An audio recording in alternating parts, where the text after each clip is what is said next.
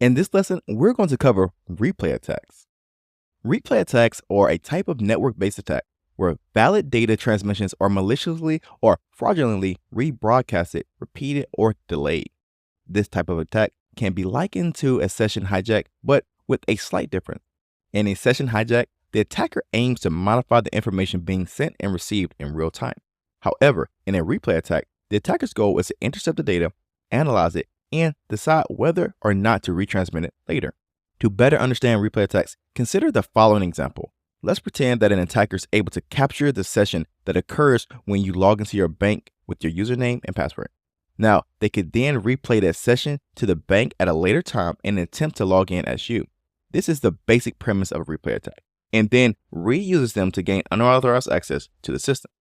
For example, if you just logged into an online shopping website, but the attacker was able to capture your login session details like your username and password, that attacker could then use these captured credentials to log into your account anytime they want, and then they can make unauthorized purchases as if they were you, or even change the account's password to effectively lock you out of your own account and try to take over your account fully. To combat replay attacks, it's crucial to ensure that the websites and devices use session tokens to uniquely identify when the authentication session is occurring.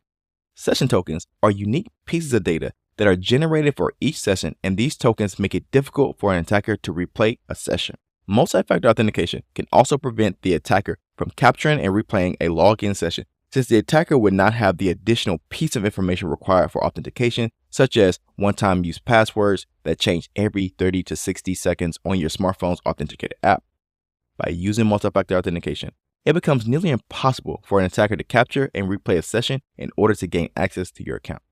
To minimize the risk of such attacks, it is highly recommended that you use the latest security protocols like Wi-Fi Protected Access 3, known more commonly as WPA3, in order to avoid the threat of a replay attack. So remember, replay attacks involve the fraudulent or malicious rebroadcasting, repetition, or delay of valid data transmissions. Credential replay attacks specifically target a user's login credentials to gain unauthorized access to the system. Mitigation strategies include the use of session tokens and multi-factor authentication. Your understanding and awareness of these kinds of replay attacks is an important step towards securing your data and protecting yourself from potential cyber threats.